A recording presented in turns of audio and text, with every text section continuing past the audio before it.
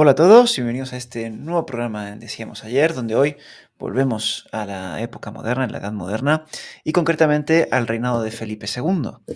Pero no hablaremos de Felipe II, no hablaremos de política ni de aspectos militares.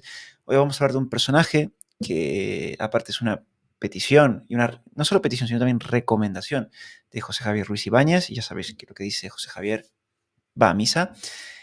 Vamos a tratar hoy la figura de Isabel Clara Eugenia, la hija de Felipe II.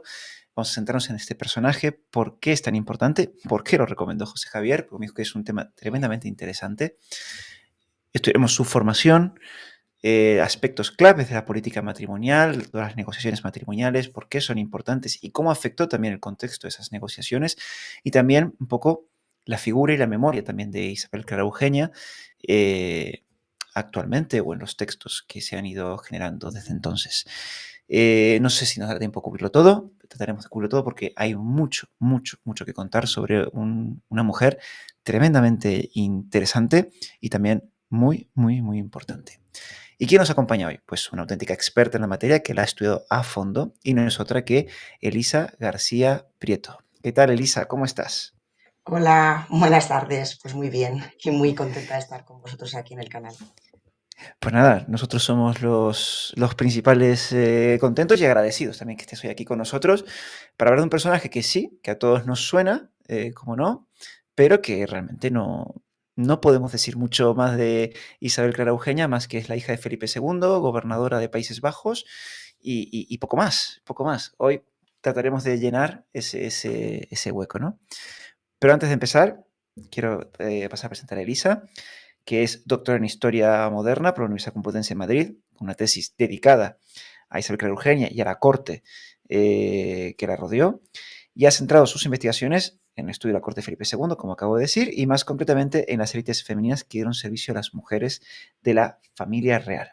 Además de esta tesis, tiene múltiples publicaciones, entre las que se encuentra este libro de aquí, que lo pongo ahí, Una corte en femenino, servicio áulico y carrera cortesana en tiempos de Felipe II, la editorial Marcial Pons, cuya lectura obviamente recomiendo para acercarnos también y profundizar en lo que vamos a hablar hoy aquí.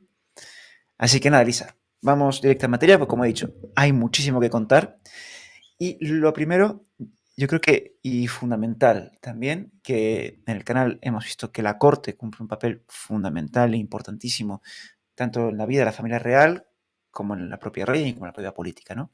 Entonces, ¿cómo nos describirías esa corte que vivió, esa corte de Felipe II, ¿no? Que vivió Isabel Clara Eugenia y qué importancia tuvo en la formación de Isabel?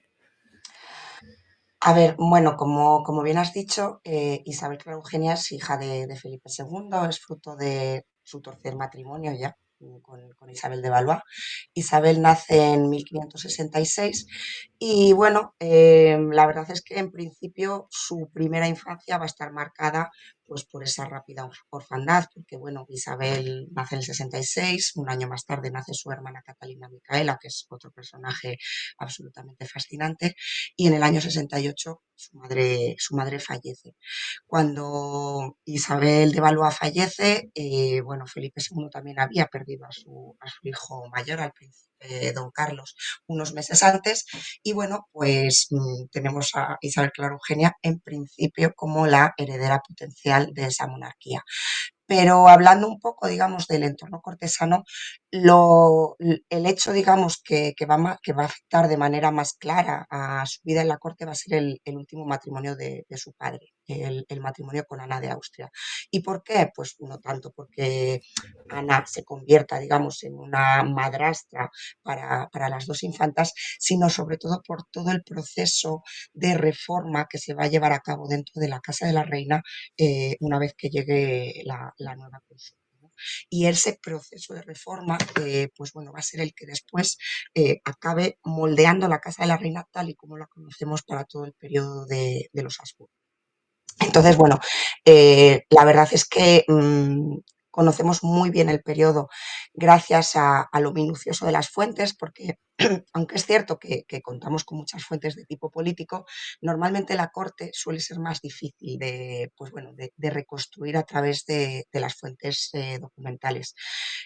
Bueno, aquí habría que entrar en cuestiones muy específicas sobre dónde se conserva la documentación de la Casa de la Reina Ana, que en este caso es en Palacio Real, cómo ha sido tratada esa documentación, porque se ha perdido muchísima documentación debido, digamos, a la manera que tuvieron los archiveros de Palacio Real, digamos, de tratar esa documentación durante el siglo XIX y principios del siglo XX. Y bueno, pues hemos tenido que encontrar los testimonios en muchos casos en otra serie de colecciones, como por ejemplo, pues bueno, lo que sería toda la colección de la British Library, y concretamente, pues sí que se conserva la documentación del que sería el primer mayordomo de la reina Ana, el marqués de Ladrada. Y bueno, esos billetes que él intercambia con Felipe II son una fuente absolutamente magnífica para entender todo el cambio que se produce dentro de la Casa de la Reina. Eh, Seguro que muchas personas que leen tu, vamos, que escuchan tu canal conocerán bastante bien los trabajos de Rodríguez Salgado sobre la Casa de Isabel de Valois. Eh, es un trabajo que además, pues bueno, es muy completo y sobre todo lo que hace es analizar un poco la problemática que había tenido esa casa, ¿no? Hay una serie de elementos que a todos los que nos dedicamos al universo cortesano nos suenan, pues una reina francesa en este caso, que tiene, digamos, a su propio cortejo de damas francesas que chocan con las damas castellanas, ¿no? Y claro, en ese ambiente la verdad es que, bueno, pues los conflictos van a estar a la orden del día. Cuando Felipe II se casa con su sobrina, con Ana de Austria, la idea que ellos tienen es que, bueno, todo eso que ha estado pasando en la casa de Isabel de Valois no tiene que volver a pasar. Y para eso lo que se decide es hacer, pues bueno, unas etiquetas que regulen de manera muy clara, pues bueno, cuáles deben ser los oficios que componen la casa y sobre todo cuáles son las funciones que cada uno de esos oficios tiene asignada dentro de la casa de la reina, ¿no? Claro, el proceso es muy interesante y además es un proceso que no es fácil de llevar a cabo.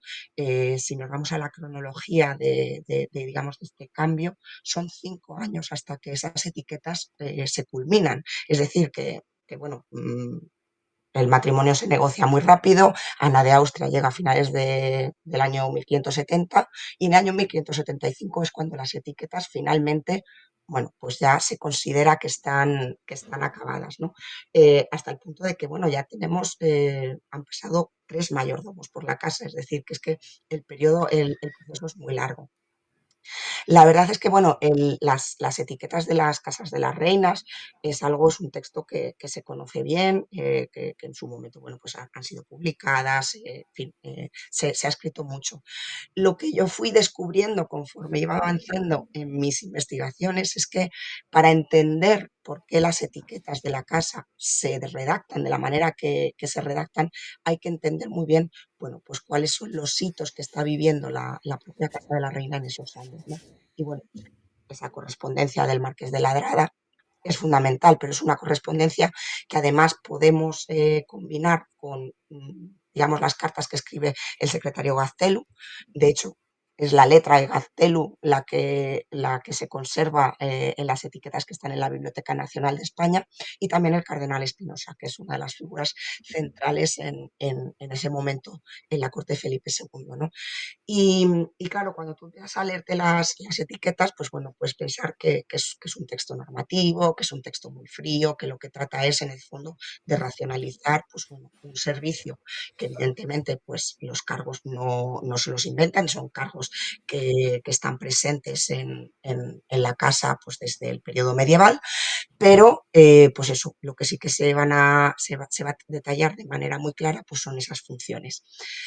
Y es muy interesante leerse ese texto que comento que está en la Biblioteca Nacional porque está lleno de acotaciones, ¿vale? Y esas acotaciones son las que nos dan muchas pistas de cuáles son los conflictos que se estaban viviendo en la casa de la reina.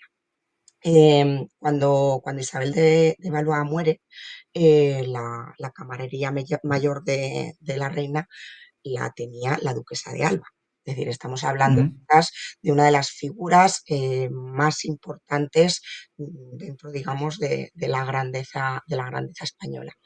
Eh, esta camarería, que bueno, después, cuando muera la reina, evidentemente va a dejar estas funciones, pero va a continuar en la casa, en este caso, como aya de las infantas. Y de hecho, gracias a la correspondencia que va a mantener la duquesa de Alba con Catalina de Medici, que hay que recordar que era la madre de Isabel de Valois y por tanto la abuela de Isabel Clara Eugenia de Catalina Micaela, pues bueno, es un primer testimonio sobre la infancia de Isabel Clara y también nos viene a demostrar cómo el servicio femenino es fundamental para que entendamos cómo era la vida de la infanta en la corte. La duquesa de Alba va a ser un perfil muy importante, pero también muy conflictivo. Y de hecho, cuando Felipe II, bueno, decida finalmente casarse con Ana de Austria, él lo que va a hacer es va a empezar un poco la negociación del cortejo de su futura mujer con la madre de la novia, que era su hermana, la emperatriz María de Austria.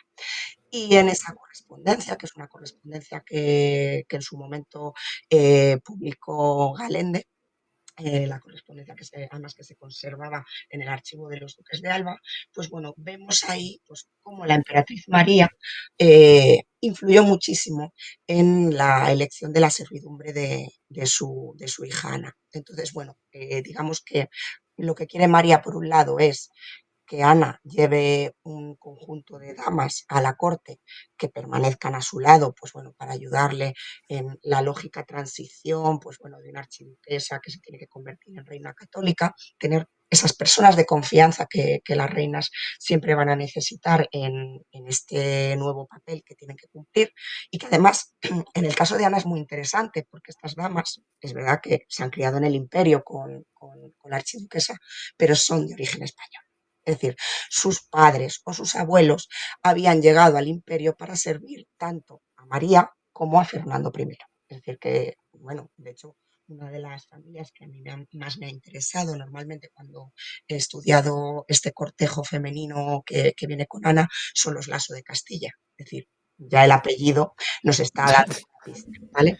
Es decir, los Lasso de Castilla más es un linaje muy interesante, vinculado por familia, por ejemplo, con criadas de la reina Isabel la Católica, como Beatriz Galindo, que descienden además, pues bueno, de Pedro I de Castilla, es decir, que es una familia muy interesante. Bueno, pues María, evidentemente, va a ser una abogada, digamos, de esta familia, que además es una familia muy amplia, porque son varios hermanos, por tanto, pues entre las damas son primas hermanas que van a ir acompañando a Ana, ¿no?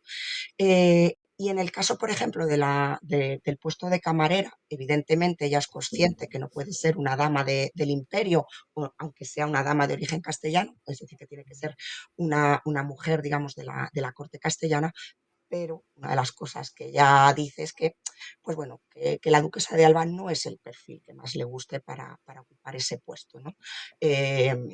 Claro, además, en el caso de la duquesa de Alba, hay toda una serie también de intrahistorias que son muy, muy importantes.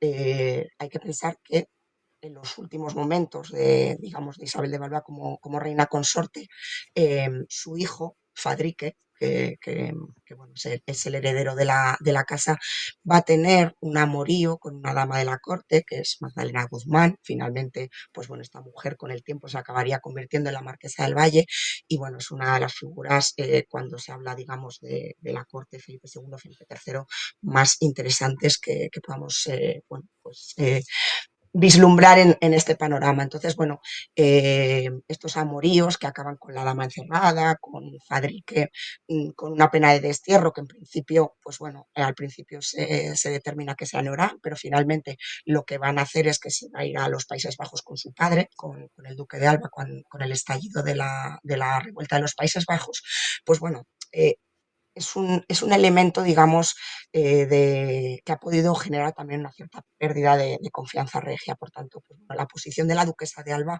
no es, pues, bueno, no es todo lo sólida que pueda ser, ¿no? Y bueno, efectivamente, ella no va a ser la camarera, pues bueno, va a recaer en otra, primero la condesa de Urueña, más tarde la marquesa de Fromista, porque además encima normalmente en el caso de las camareras, pues muchas veces son mujeres viudas con una cierta edad y se te muere la camarera mayor y encima te genera todo un problema que de hecho se va a vivir en estos momentos. Pero bueno, a lo que iba también es que, bueno, la duquesa de Alba, independientemente de que estuviese de salida de la casa, ella va a permanecer un tiempo en la corte. Y hay una serie de elementos que nos llegan precisamente en esa correspondencia cruzada entre Gaztelu, el cardenal Espinosa, Felipe II y el marqués de Ladrada. Y sabemos, por ejemplo, que tuvo algunos conflictos con otras criadas de la casa, en concreto con lo que serían las guardas menores, ¿no? Que, bueno, ahí está el puesto de la guarda mayor, que es la persona que tiene un poco bajo su, digamos, como función, pues el controlar las damas, que se comporten adecuadamente, etcétera, etcétera. Y después las guardas menores, que al final pues son personas que están un poco sosteniendo a estas criadas de mayor categoría, ¿no? En el ejercicio de sus actividades diarias, ¿no? Y bueno, pues tenemos una historia, ¿no? Que nos puede parecer anecdótica, de la duquesa de Alba quejándose porque la guarda menor de damas ha estado compartiendo la mesa de la comida con las damas. Entonces, bueno, pues tampoco parece tan grave. Te vas al texto de las etiquetas y entonces te vas al parrafito que está dedicado a la guarda menor. Y apenas dice nada de lo que tiene que hacer la guarda menor, pero te deja muy claro dónde tiene que comer. Y nunca puede comer con las damas, ¿no? Entonces, claro, estas historias lo que te permiten ver es cómo lo que se estaba viviendo realmente en esa casa, en esa corte, ¿no? De, pues eso, de 1568, 69, 1570, está impactando de manera clara en la redacción de las etiquetas, ¿no? Hay otra serie, digamos, de ejemplos, ¿no? Por ejemplo, pues bueno, las salidas que tiene que hacer la reina, ¿no?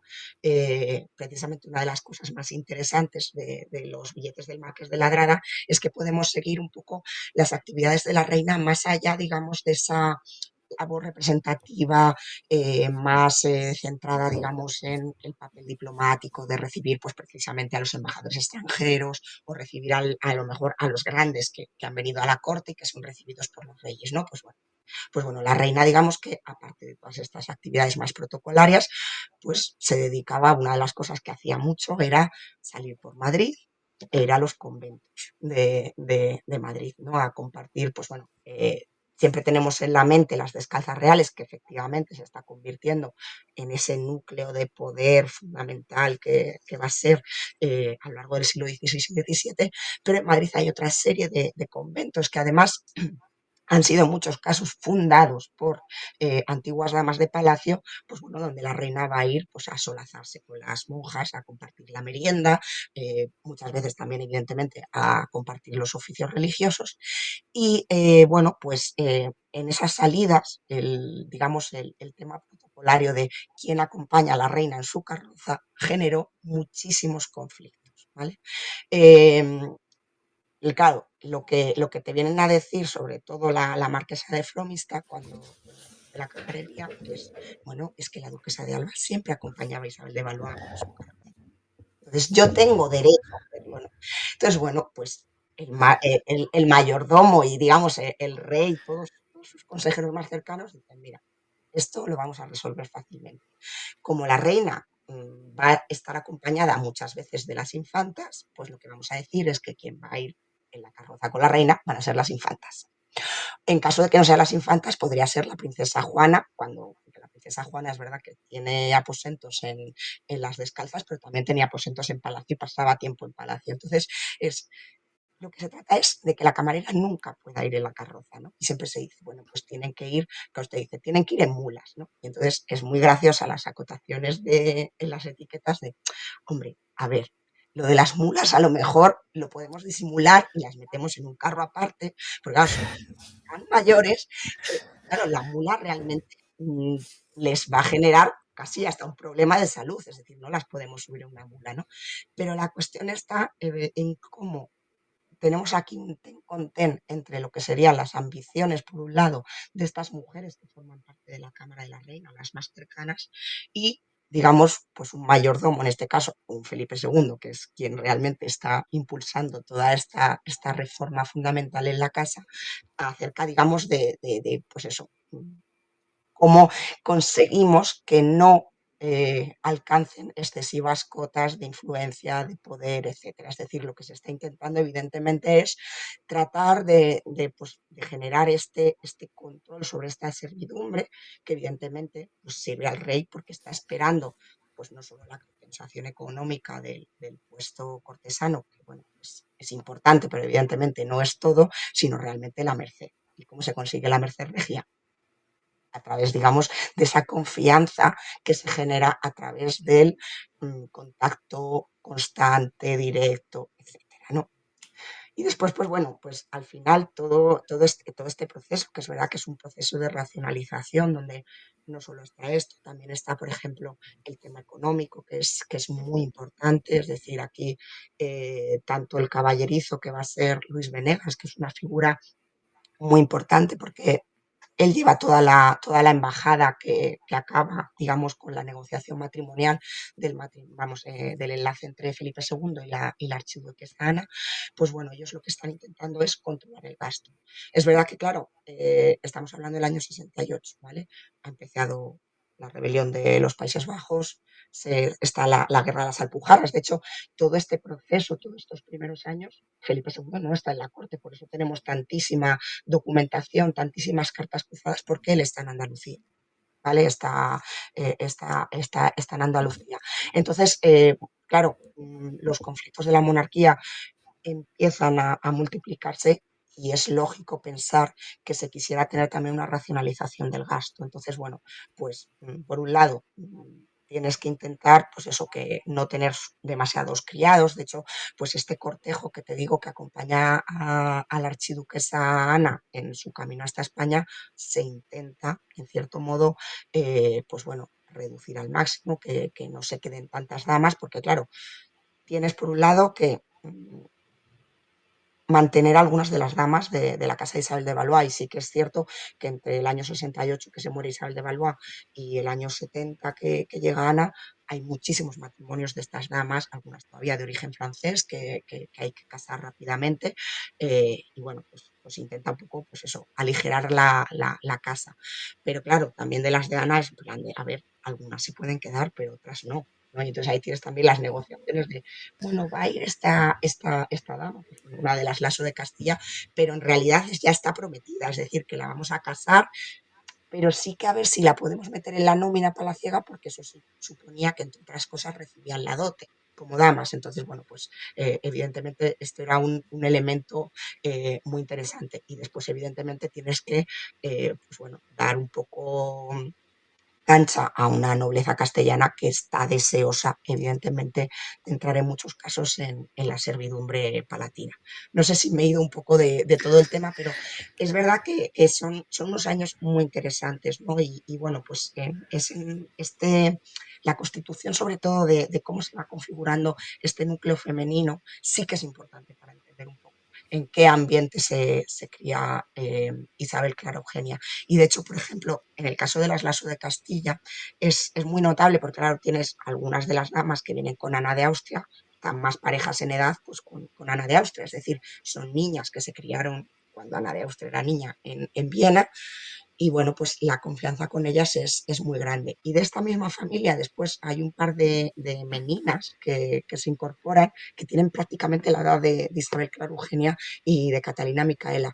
Y es muy interesante ver cómo ellas lo que van a tener después es una relación de confianza muy importante con la infanta, hasta el punto de que después tenemos cartas intercambiadas entre ellas cuando Isabel ya está en los Países Bajos. Es decir, que, que claro, estas niñas meninas que entran en el año 70 son compañeras de juegos de Isabel Clara Eugenia. Es decir, que evidentemente, pues bueno, esto es importante, ¿no? Un poco la relevancia a veces que tienen también los lazos personales que establecen las infantas, no solo con los miembros de su familia, sino también, digamos, de esta nobleza de servicio. Ujú. No, no, la verdad que es muy interesante porque al final nos has dibujado cómo es un poco la casa de la reina. eh, y claro, lo estabas contando y me viene a la mente cuando hablamos hablado de la casa del príncipe o la casa del rey. Al final son todos un juego de tronos. O sea, es a ver cuán más cerca puedo estar yo de ese centro radiador de Mercedes, porque eso es lo importante. Al final de una forma u otra, tengo que estar cerca de la reina o cerca de la infanta para ver si esto el día de mañana me da un rédito, una gracia para mi linaje y para mi familia, para que yo también pueda seguir ascendiendo. O por lo menos eso es lo que entendí. Y ahí es donde entran todos esos choques con, a medida que también el propio rey intenta racionalizar y poner ciertas normas para establecer lo que tú has comentado, la etiqueta. Y es un choque entre esa nobleza y esa racionalización también. Sí, a ver, en cierto modo, a ver, yo siempre he dicho que es una relación simbiótica, es decir, ambas partes se necesitan, ¿no? Ujú. Pero es después, claro, reconstruir la nómina de la Casa de Ana de Austria es muy complicado, entre otras la de las damas, que era la que yo cuando empecé con la tesis era la que más me obsesionaba, porque es verdad que, por ejemplo, bueno, es para la gente que conozca un poquito cómo es el archivo de Palacio, lo que es la sección de personal, lo que hizo fue desgajar un poco, pues bueno, esos libros asiento donde están los diferentes cargos. Entonces están todos los mayordomos humaneros, las camareras y justo la de las damas, yo no he sido capaz de encontrarla en el archivo, el asiento de las damas, porque siempre te remiten al expediente de Juana de Jacincourt y ese expediente por lo que sea, pues bueno, se ha traspapelado y en algún momento pues se consigue encontrar, no está. Entonces, claro,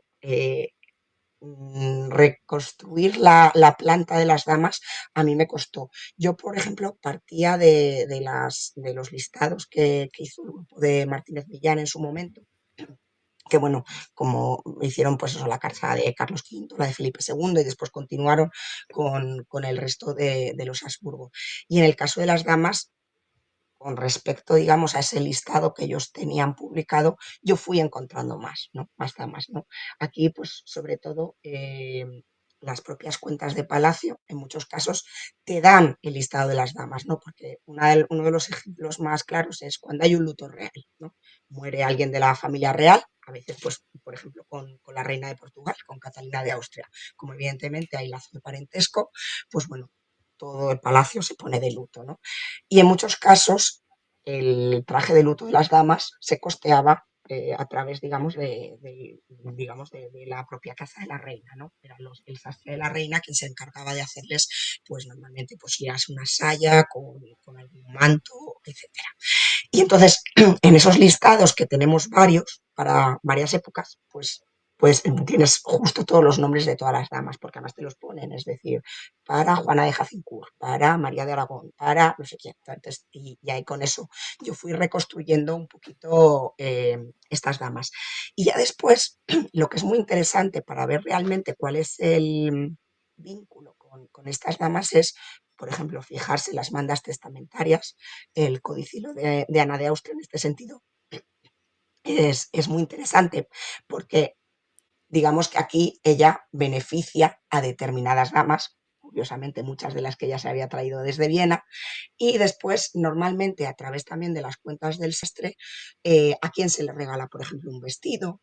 eh, por una ocasión especial. En muchos casos eran vestidos suyos que, bueno, pues una vez que se los habían puesto una serie de ocasiones, los rehacía para alguna de las damas. Hay que pensar que el valor del vestido no estaba en la hechura en sí del vestido, sino en los materiales, que eran tremendamente costosos y muy ricos. Entonces, pues por ejemplo, en el caso de Isabel Clara Eugenia, tenemos una serie de figuras pues bueno, que son damas muy favorecidas, ¿no? En su caso tendríamos a Juana de Jacincourt, que bueno, en la documentación española siempre nos aparece con este nombre, Juana de Jacincourt, pero en realidad se llamaba Jeanne de la Selle de Jacincourt, es decir, que es una dama francesa de la casa de su madre, ¿vale? Juana de Jacincourt va a ser una de las pocas damas francesas que sobreviva, digamos, a este primer cambio grande de la casa en 1570 y va a ser una dama tan superviviente que acabará yéndose con Isabel Clara Eugenia a los Países Bajos como su camarera y fallecerá allí. Es decir, que es una figura además, bueno, que yo reconozco que todavía no he encontrado toda la documentación que me gustaría encontrarme sobre ella. Es decir, hay referencias, sabemos pues eso, que recibió muchísimas mercedes por parte de Isabel y aquí ya no estamos hablando solo de vestidos, estamos hablando pues de escritorios, estamos hablando por ejemplo de los juros que recibe como merced, es decir, que evidentemente es una dama muy, muy favorecida. Y después hay otra dama que Isabel recibe como dama menina en la década de los 80, que es hija de otra de las damas de su madre. Es decir, que ahí, y vamos, después cuando empiezas a recopilar, digamos, en un documento solo, ¿no? Todas las mercedes que recibe esta niña, pues bueno, te das cuenta de efectivamente que las mercedes no son para nada simétricas en torno, digamos, en el conjunto de las damas Ujú. de Palacio. Entonces, claro, ahí es ir a veces, pues eso, reconstruyendo hasta, pues, con noticias muy, muy breves. De hecho, esta niña que recibe como menina, ella es su madrina de bautismo. Y además es muy curioso porque ahí también vemos un poco cómo Felipe II está también muy encima de todos estos procesos, porque eh, cómo se acepta el madrinazgo, cuál es el regalo que se va a hacer, quién va a sustituir a la infanta, porque evidentemente esta niña pues es, una niña que nace en Italia y que evidentemente pues no va a tener a Isabel Clara Eugenia como madrina de bautismo tal y como lo entenderíamos a día de hoy, ¿no? Pues bueno, ¿quién la va a sustituir en la ceremonia de bautismo, etcétera? Todo eso está contemplado en la documentación del Consejo de Estado. Es decir, que no es un tema baladí, es decir, que incluso esta clase, digamos, bueno, que en este caso es un madrinazgo, pero que es un patronazgo de la infanta sobre miembros, digamos, de su casa o miembros que finalmente se convierten en criadas de su casa, está perfectamente, digamos, tutorizado por Felipe II, que bueno, pues esta figura, digamos, o esa imagen del rey todopoderoso que está en absolutamente todos los detalles, se cumple perfectamente. Vamos, que se cumple. Yo estoy convencido que Felipe II era un adicto al trabajo que tendría que ser insoportable trabajar con él, ¿eh? Pero bueno, más allá de la broma, vamos, por centrarnos un poco en Isabel Clara Eugenia y en esa formación. Entiendo que, no sé si lo habría, una formación reglada, pero ¿cómo fue esa formación o qué actividades educativas o de socialización recibió Isabel Clara Eugenia? Porque hasta cierto punto era la heredera. Después posiblemente cambió eso, pero ¿cómo fue esa formación en medio de todos estos cambios que están sucediendo? Pues a ver, por un lado hay que tener en cuenta una cosa, es decir, Isabel Clara Eugenia en ningún momento es jurada como heredera, ¿vale? Y hay que tener Ujú. en cuenta que sí que hay un lapso entre el año 68 y el año 71 en que ella es la heredera, ¿vale? Pero en ningún momento se hace un juramento. Eh, en este sentido, a mí me resultó muy interesante ver cuando nace la primera hija de Felipe III, que es Ana de Austria, Ana Mauricia, la que finalmente se convertirá en mujer de Luis XIII. En el Consejo de Estado se trata el asunto, en plan de, bueno, es la primogénita del rey, ¿cómo la tratamos? ¿Infante o princesa? Porque realmente es un tema bueno, yo siempre he pensado que, por ejemplo, Felipe II no hizo ningún tipo, digamos, de ceremonia, de jura de Isabel como princesa heredera, porque tenía cerrado el matrimonio con Ana de Austria y lo que había que esperar es pues, que efectivamente esa descendencia masculina llegara como efectivamente lo hizo, ¿no? Pero evidentemente, pues bueno, Isabel sí que es cierto que durante prácticamente pues hasta que sale de España es una heredera potencial, porque la salud de Felipe III tampoco es la mejor, es decir, que siempre tiene el matrimonio entre Ana de Austria y Felipe II da muchos hijos varones, pero claro, Príncipe Fernando fallece, el infante Carlos Lorenzo ni le da tiempo, el príncipe Don Diego, y después tenemos a Felipe III, es decir, que son muchos hijos varones que desgraciadamente fallecen todos menos Felipe III, que consigue por fin sobrevivir y heredar a su padre, ¿no? Entonces, evidentemente, la atención siempre está puesta en Isabel Clara Eugenia. Pero bueno, en cierto modo, yo creo que la educación tanto de ellas como de ellos en muchos aspectos no variaba tanto, ¿no? Al principio, pues bueno, la educación va a estar un poco en manos de estas mujeres de la Cámara. De hecho, si nos vamos a las cartas de la duquesa de Alba, que hay que tomar con un cierto, pues bueno, con pinzas, ¿no? Porque evidentemente está escribiendo a la abuela de la niña y bueno, cuenta maravillas de Isabel Clara Eugenia, una niña muy despierta, bueno, que prácticamente con 3 años ya sabe leer, que bueno, pues que la están enseñando a escribir. Y efectivamente, muchas veces las mujeres de la cámara lo que nos dicen, bueno, pues yo estoy intentando enseñarle pues esos primeros rudimentos de escritura, etcétera, ¿no? Y después sabemos que algunas damas un poquito mayores lo que van a hacer es que van a actuar un poco como secretarias, ¿no? Al principio, cuando todavía las niñas no tienen suficiente soltura con la escritura. Eh, Hay trabajos, de todas formas, de Sánchez Molero, que ha estudiado mucho el tema, digamos, de la formación de los príncipes Habsburgo, que ya lo que nos van, lo que identifica él, digamos, son los maestros de cuestiones específicas. Y de hecho, pues bueno, tanto Isabel como Catalina van a tener un maestro de caligrafía, porque Felipe II lo que sí que tenía claro es que quería que sus hijas tuviesen buena caligrafía, a diferencia de la suya, que es muy mala, o de la de su hermana. Pues bueno, él se fija precisamente en la novela Austria. Los archiduques tienen todos una letra muy buena.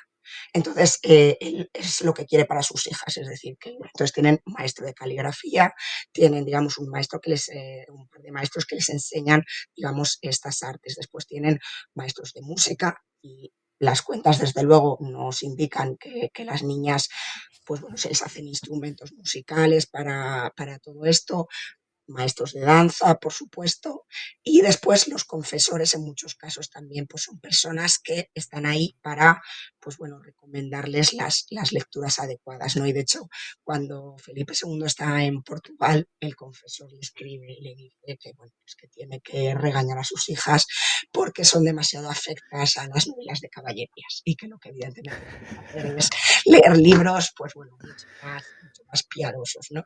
Y, pero bueno, evidentemente, pues efectivamente este tipo de lecturas ligeras estaban ahí, ¿no? Si hacemos un poco caso también pues al tema de las academias literarias, siempre se ha hablado de que las infantas tienen una academia en Palacio, ¿vale? Y bueno, de hecho, tenemos una novela pastoril que es de Luis Gálvez de Montalvo, el pastor de Fílida, donde habla, digamos, pues bueno, de las infantas, de sus damas, y bueno, pues es una novela de corte pastoril que es pues bueno, un tipo de literatura muy del gusto, digamos, del mundo cortesano, que está muy dirigida a ellas, ¿no? Claro, digamos que son ellas, al igual que las propias damas de corte, lo que van a tener también, digamos, es un conocimiento, pues eso, de esta literatura pastoril, de los autores clásicos, y esto además después tiene una serie, digamos, de aplicaciones prácticas, porque lo que sí que tenemos dentro de las cuentas del sastre, que son una fuente de información inagotable, son, por ejemplo, los vestidos que se hacen para las farsas de palacio que hacen estas niñas, ¿no? Es decir, que son, pues eso, se disfrazan normalmente de pastoras, o tienen, pues bueno, también las moriscas, ¿no? O los turquescos que les gustan mucho, ¿no? Esta clase de temáticas para este tipo de, pues bueno, de entretenimientos cortesanos, ¿no? Entonces, es decir, tenemos por un lado, pues eso, esa educación quizás un poco más informal dentro de la cámara de la reina, pero donde realmente les están enseñando pues esos primeros rudimentos, y después esta serie de maestros que pues ya así con nombres y apellidos que sabemos quiénes son, y que bueno, pues evidentemente contribuyeron a que estas niñas tuviesen pues bueno, una educación que evidentemente pues no es una educación erudita, pero sí que es una educación suficiente, ¿no? Y ya después tenemos la formación práctica, ¿no? Digamos, cómo se las introduce poco a poco en esas labores que pueden ser en ocasiones más protocolarias, porque independientemente de todo, estaban destinadas a ser, digamos, consortes, ¿no? Es verdad que ni Isabel ni Catalina se casan con reyes, es decir, Catalina lo va a hacer con el duque de Saboya, aunque ella va a tener después un papel político fundamental como gobernadora en las ausencias de su marido, e Isabel evidentemente se convierte en soberana por esa cesión que se hace en los Países Bajos para dar una solución negociada al conflicto, pero bueno, digamos que evidentemente no es reina, ¿vale? Después será primero soberana, después gobernadora de los Países Bajos. Entonces, tienen que saber. tienen que saber de política, ¿no? Y bueno, sí que es verdad, por ejemplo, Santiago Martínez Hernández, que estudió precisamente pues, a uno de estos mayordomos, que es el Marqués de Velada, con el que además Isabel va a tener esta relación de confianza tan importante, e incluso pues, bueno, cuando se vaya a los Países Bajos, pues ha encontrado pues, algún digamos, testimonio documental que nos permite situar a Isabel en el despacho, es decir, al lado de su padre, sobre todo en los últimos años, cuando su padre ya en muchos casos no podía escribir o tal, pues ella estaba allí aprendiendo un poco a despachar a la vera de su padre, ¿no? Entonces, bueno, pues esta formación, tenemos, digamos, estas noticias, pero claro, a mí lo que me interesaba era reconstruirlo, ¿no? Desde que son pequeñas, ¿no? Y nuevamente, si nos vamos a la documentación de Simancas, que nos vamos a encontrar, pues bueno, por ejemplo, toda esa correspondencia de cortesía a los diferentes príncipes extranjeros, ¿no? Ellas evidentemente se van a cartear con su abuela, con Catalina de Medici, que es una correspondencia a priori familiar, pero puesto que tampoco se conocen, que la relación evidentemente no es tan cercana como hubiese sido de haber sobrevivido su madre, pues bueno, es una correspondencia política muy formalizada, etcétera, ¿vale? Pero bueno, evidentemente se van también va a haber, digamos, correspondencia con otros príncipes. Cuando yo empecé precisamente a buscar, digamos, estos pequeños testimonios, que en muchos casos, pues esos son pequeños testimonios, me encontré uno muy interesante que tiene que ver un poco, pues bueno, con todo un proceso político, que es el de la petición por parte de los Medici del título de Grandes Duques de la Toscana, ¿vale? Que es un título que se lo concede el Papa, pero evidentemente con la aquiescencia, por un lado, del emperador y por otro lado de Felipe II, como una, pues, evidentemente por su papel y su importancia dentro del escenario italiano, ¿no? Y bueno, pues en ese proceso, que es un proceso político con negociaciones bastante complejas, etcétera, pues bueno, las infantas van a tener también su papel. Una de las maneras que tiene en este caso los duques de Florencia, de convencer a Felipe II, evidentemente es a través del regalo, ¿no? Del regalo diplomático. Y bueno, pues el regalo que les hacen es ese Cristo de Cellini, que está a día de hoy en el monasterio del Escorial, que es una auténtica maravilla. Y bueno, pues ese regalo venía acompañado de otro regalo de las hijas del duque de Florencia a las dos infantas, ¿no? Que era pues una caja de flores y de dulces para las dos infantas. Y entonces, bueno, pues lo que te encuentras en Simancas es la carta que acompañaba ese regalo, escrito por las dos pequeñas duquesas, y después la copia de la carta que escribieron Catalina e Isabel a estas niñas para agradecerles el regalo, ¿no? Y bueno, pues ese elemento que evidentemente pues, puede parecer anecdótico, yo lo he leído siempre, digamos, como este aprendizaje, ¿no? Que tienen estas niñas, ¿no? Que evidentemente además la carta, digamos, que es la copia de la carta, es decir, es una minuta de la carta que se manda a Florencia, está firmada, digamos, es la firma hológrafa de las dos infantes, ¿no? Entonces, bueno, es interesante cómo poco a poco las van introduciendo, digamos, en este mundo a través de estos pequeños gestos, ¿no? Ya después, pues bueno, evidentemente tenemos otra correspondencia, digamos, de Isabel, ¿no? Pues, por ejemplo, pues bueno, cuando ya se le entrega, por ejemplo, la Rosa de Oro, que va a ser en la década de los 90, pues ya digamos que tiene una cierta soltura, aunque es verdad que son documentos muy formalizados, es decir, ahí no estamos viendo a esa Isabel Clara Eugenia que nos vamos a encontrar en la correspondencia que mantiene con el duque de Lerma o con el marqués de Velada, ¿no? Es decir, no es ella, pero bueno, sí que es ella ejerciendo su papel protocolario, en este caso como infanta de España, ¿no? Por tanto, bueno, pues es empezar a comportarse de una determinada manera, ¿no? Dentro digamos, de este universo de cortes que es la Europa de los siglos XVI y XVII, pues bueno, sabiendo cuál es tu papel, ¿no? Es decir, que digamos, ese sería un poco el aprendizaje práctico, ¿no? Y evidentemente siempre hemos querido saber un poco, pues, cuál es la influencia política de Isabel en estos años, ¿no? Sabemos que tenía muchísima cercanía con su padre, que la va a tener después con su hermano, es decir, que además el tema, digamos, de las relaciones familiares hay que entender que son fundamentales, ¿no? Para entender la política, ¿no? De hecho, aquí muchas veces lo que es muy interesante y es una pena porque no tenemos muchas muestras epistolares que nos hayan llegado de la correspondencia cruzada con su hermana Catalina, cuando Catalina ya es duquesa de Saboya, ¿no? Porque ahí hubiéramos podido quizás entender muchas cosas. No tenemos muchísima correspondencia, tanto de Felipe con Catalina, y después muchas referencias, ¿no? De que hay una correspondencia igual de voluminosa con su hermana, pero lo que siempre me, vamos, lo que, digamos, lo que me llamó mucho la atención es, por ejemplo, como el embajador español en la Corte Civil dice, no, no, es decir, para conseguir esto, sea Isabel la que escriba a su hermana Catalina, ¿no? Para llevarla por donde queremos llevar, porque no va a responder tan bien como si se lo escribe su padre o como si se lo digo yo como embajador de España. Es evidente, ¿no? Digamos, a veces también el valor, ¿no? Digamos, que los propios contemporáneos daban a estos lazos familiares, ¿no? Pues bueno, ¿cuál es el papel de las mujeres? Vamos, que no es una cosa que nos guste a nosotros, como nos dedicamos precisamente al estudio de estos perfiles femeninos, de no, no, las relaciones, no, no, es que son importantes, es que los propios contemporáneos eran conscientes de su importancia, ¿no?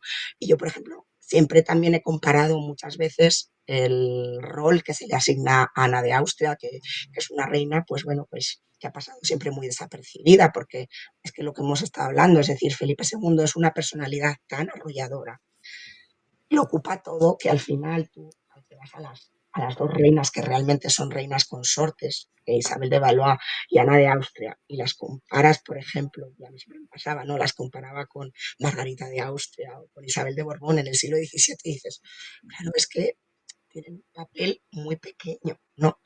Pero después cuando te empiezas a mirar, lo que sí que es muy interesante es ver cómo Felipe II, por ejemplo, diseña muy bien cuál es el rol de su mujer, ¿no? Y precisamente el tema, digamos, de los lazos familiares, de la confianza, es fundamental porque ¿dónde van a querer que Ana actúe? Pues bueno, cuando, por ejemplo, Maximiliano II, que es una figura muy controvertida, que su postura a nivel religioso y a nivel político genera muchos choques con Felipe II y con María de Austria, es recurrimos a Ana, porque Ana tiene mucha confianza con su padre y su padre tiene mucha confianza con ella. Entonces, bueno, hay, por ejemplo, hay un momento en el que se queda sin confesor, Maximiliano II, y quieren que Maximiliano II, pues, digamos, nombre a un determinado perfil. ¿Y a quién recurren? A Ana de Austria, ¿no? Entonces ahí vemos un poco muchas veces cómo el papel eh, lo, lo, van ahí un poco moldeando entre ellos, ¿no? Entonces, claro, dices, bueno, si esto lo hacía con Ana, pues evidentemente esta formación de cuál tiene que ser tu papel, en qué te tienes que meter, en qué no te tienes que meter, también lo tiene Isabel, ¿no? Y yo siempre he dicho, quizás porque también esto es la fascinación del personaje, ¿no? Que en mi caso me ha ocupado, ¿no? Pero que la gran heredera de Felipe II es Isabel. Es decir, Isabel en muchos casos, y yo creo que además en la correspondencia con su hermano o con Lerma siempre es su padre es el modelo al que sigue, en plan de hay que hacerlo así, porque esto, claro, es decir, es una mujer que también, digamos, tiene esta otra perspectiva digamos, en cierto modo se resaltó mucho durante mucho tiempo, ¿no? Esta mujer que se casa muy mayor, ¿no? La novia de Europa, claro, es que claro, casada a los 33 años, pero después en el fondo, a la hora, digamos, de entender la formación política, en el fondo es una privilegiada, es decir, es una mujer que cuando tiene que asumir el poder, lo hace siendo una mujer adulta y con un aprendizaje de años y años. Y al lado de Felipe II, es decir, que es que dices, joder, no está nada mal. No es poca cosa, no, no, no, eso está claro. Es una Eso está cosa, claro. ¿no? Pero es que, Elisa, ya estamos casi en la hora y todavía no hemos ni empezado con las negociaciones matrimoniales. Estamos solo con la formación, que me resulta muy interesante para entender el personaje. Y ya, para terminar brevemente, hablamos de las relaciones familiares. Y esto me genera muchas dudas, porque, claro, uno tiene el problema de que, claro, trata de proyectar lo que uno entiende por relaciones familiares por su vida personal, ¿no? Pero claro, estamos hablando en un momento de una corte, donde hay una etiqueta, hay protocolos, hay envidias, hay tensiones para ver quién se acerca. Claro, ¿cómo se construyen esos lazos familiares, no? Padre, hija, hija, hermanos. ¿Cómo funciona eso? ¿Cómo se va construyendo? A ver, yo creo que lo que hay que entender es que no son estáticas las relaciones, es decir, que Ujú, cambian mucho dependiendo de la situación, digamos, del personaje, ¿no? Pero claro, cuando yo empecé pues bueno, a preparar mi tesis y tal, pues la primera parte siempre es la bibliográfica, ¿no? Y bueno, pues aparte, digamos, de las biografías que existían sobre Isabel Clara, evidentemente acabas yéndote siempre a la bibliografía sobre Felipe II, que es inabarcable, ¿no? Pero bueno, muchas veces me voy a centrar en los estudios biográficos y ver precisamente cuál es el papel que Isabel tiene, el papel de Felipe II con su familia, etcétera, ¿no? Y claro, aquí hay un antes y un después de la famosa publicación de las cartas de Felipe II con sus hijas. Claro, hasta que Gashar digamos, da a la luz esas cartas que están en el archivo de Turín, la imagen de Felipe II con respecto a su familia es absolutamente negativa. Es decir, las barbaridades que se decían, dices, pero bueno, a ver, muy mediatizadas, evidentemente, por todo el asunto del príncipe don Carlos, que hay que entenderlo también en su contexto. Es decir, Felipe II tenía un problema muy grave con su heredero, porque realmente es una persona con unos problemas de salud muy graves que afectaban, digamos, a su comportamiento y es muy difícil en una monarquía hereditaria, pues bueno, ¿qué haces con un heredero cuando estás en esa situación, ¿vale? Evidentemente, pues bueno, la muerte del príncipe don Carlos eh, afecta negativamente, no digamos, la opinión de los europeos sobre Felipe II, ¿no? Pero a partir de eso se ha construido la imagen, pues eso, de un rey, pues eso, que prácticamente odiaba a su familia, es decir, a sus mujeres las tenía sojuzgadas, a los hijos no los quería, era una cosa tremenda, ¿no? Y entonces, claro, te llegan estas cartas, ¿no? Las cartas que él escribe desde Lisboa a sus hijas, que son una auténtica maravilla, no solo por digamos, lo que transmiten del personaje, sino por la información que tienen, ¿no? Que, bueno, yo, claro, las leí y las analicé hasta el detalle, porque ahí también está precisamente esa formación, esa preocupación por lo que leen sus hijas, lo que saben, si ya hablan bien la lengua portuguesa, ¿no? Pues evidentemente era importante. La preocupación por los hijos pequeños, por todo, ¿no? Es decir, y claro, la imagen de ese rey frío, vamos, que tenía esa relación a priori tan conflictiva con toda la familia, se cae totalmente. Y ujú, de hecho, a ver, digamos, esa relación, digamos, de confianza, de amor hacia su hija, que también supuestamente motiva que no la case hasta prácticamente su muerte, pues bueno, que no, que en realidad no es por eso, es por otra serie de circunstancias, ¿no? Entonces, claro, sí, si nos fijamos en esas cartas, la verdad es que Felipe II yo creo que era una persona muy familiar, es decir, que sí que tenía también unos lazos muy estrechos, por ejemplo, con sus hermanas. Por ejemplo, él lo dice, ¿no? Cuando se encuentra con María y se lo relata a las hijas, después de tantos años separados, pues bueno, pues corren a abrazarse y está encantadísimo de la vida de volver a ver a su hermana, porque también hay que tener en cuenta que muchas veces estas personas, pues las mujeres se casaban, se iban a otro sitio y no volvías a ver a tus familiares. Es decir, que también a nosotros eso nos puede chocar, pero era la realidad de estas personas, ¿no? Entonces, evidentemente yo creo que tiene una vida muy familiar con Ana de Austria. Yo creo que él tiene una vida muy familiar, muy cercana, tiene muchísima confianza. Es, como dicen, la primera mujer con la que puede hablar en castellano, porque el resto de sus mujeres, pues, una francesa, otra inglesa, otra portuguesa, pues bueno, la primera con la que puede hablar en castellano es con Ana de Austria. Además, Ana de Austria cumple con creces su cometido porque le da, pues eso, 5 hijos, 4 varones. Es que vamos, y además, por ejemplo, por la correspondencia con el Marqués de Ladrada, sabemos que la enviaba billetes cuando no estaban juntos, la enviaba flores, es decir, que era una persona, digamos, que demostraba afecto, ¿vale? ujú. Y claro, pues con los hijos lo mismo. Es verdad que con Felipe III al final pues tiene también una serie de conflictos, pero que tienen que ver un poco también pues con un rey mayor que tiene que educar a un hijo que está en plena adolescencia y que en cierto modo se revela muchas veces contra todo eso. Entonces, pues bueno, a veces la relación parece más compleja, pero que también hay que entenderla en ese, digamos, en ese contexto, ¿no? Y, por ejemplo, pues lo que te digo, que las relaciones no siempre son estáticas. Eh, Hay una cosa que nosotros tenemos que tener claro, por ejemplo, Catalina Micaela, ¿no? Es muy interesante leerse la correspondencia, que normalmente además, bueno, ahora las ediciones, pues la de Fernando Bouza, que es la mejor edición, evidentemente, si queremos leer las cartas de Felipe II a sus hijas. La segunda parte es la correspondencia que él mantiene con Catalina Micaela, ¿no? Y sí que se va viendo un poco la diferencia que hay entre esas primeras cartas del año 85 frente a las últimas, la del año 97, ¿no? Y que tienen que ver un poco, primero, pues bueno, en el año 85, como está más cercana a su vivencia común, pues también tiene muchos más temas que hablar y entonces las cartas son más largas y tal. Y después, pues bueno, pues se van haciendo más cortas y quizás con una aparente menor confianza entre ellos, ¿no? Y aquí también entra un poco, pues que Catalina Micaela ya no es una infanta de España, es la duquesa de Saboya y está, digamos, un poco defendiendo los intereses de la casa que le ha acogido, ¿no? Y hay choques, es decir, porque evidentemente las acciones del duque de Saboya no siempre convencen en la corte de Madrid.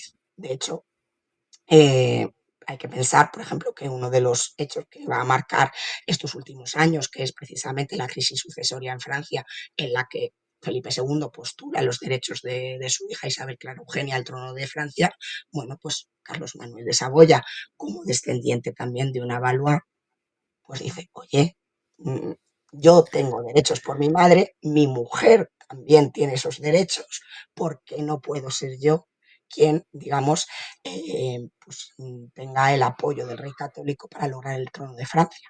¿Vale?